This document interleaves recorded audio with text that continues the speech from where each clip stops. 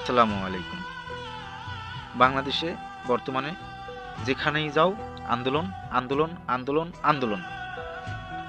বিগত 17 বছরে কোনো ধরনের আন্দোলন ছিল না, কোনো ধরনের আন্দোলন ছিল না, কোনো ধরনের বৈষম্য ছিল না।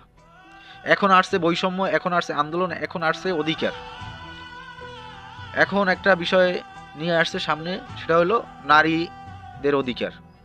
আপনারা কোন ধরনের অধিকার চান? কি ধরনের অধিকার চান? আপনারা বলতেছেন সমান অধিকার। সমান অধিকারই তো আছে আপনাদের। নারীদের চাকরি হইতেছে, নারীদের বাড়ি হইতেছে, নারীদের গাড়ি চালাইতেছে, নারীরা সব কিছুই করতেছে।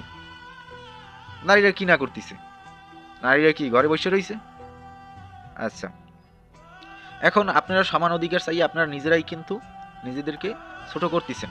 কারণ আপনাদেরকে হাজার হাজার গুণ অধিকার বেশি দিয়ে রাখছে স্বয়ং আল্লাহ।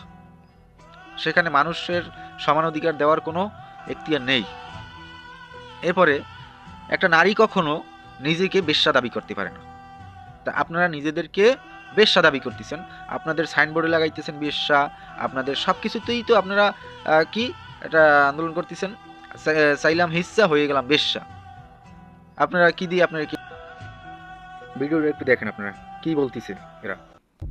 হয়ে গেলাম বেশ্যা, চেয়েছিলাম হিস্সা, একা ছিলাম হিস্সা, হয়ে গেলাম বেশ্যা, হয়ে গেলাম বেশ্যা, চেয়েছিলাম হিস্সা। বেশ্যা বানাইছে। আর আপনারা যারা নারীর আন্দোলন করতেছেন, আপনারা মূলত কি নারী? এই যে এইগুলা দেখতেছেন, এরা কি নারী? উচিত আসলে নারীরা কোন ক্ষেত্রে অবদমনিত না। তো প্রত্যেকটা ক্ষেত্রে যেহেতু নারীরা নির্যাতিত নিপীড়িত, তো আমাদের নামতেই হইতে বাধ্য হয়ে। যদি নারী হয় তাহলে এরা কারা?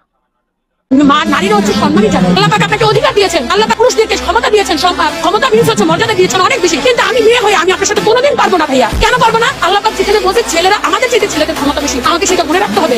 আমি শেখ হাসিনা হই না কেন, যে শেখ হাসিনা কি করে গেছে দেখেন না, তার মধ্যে ইসলাম ছিল না তো। বাট আমি কথা হচ্ছে যে প্রত্যেকটা নারীকে বুঝতে হবে, মনে রাখতে হবে যে আমি একটা পুরুষের উপরে না। আপনারা প্রত্যেকটা স্বাধীনতা শেষ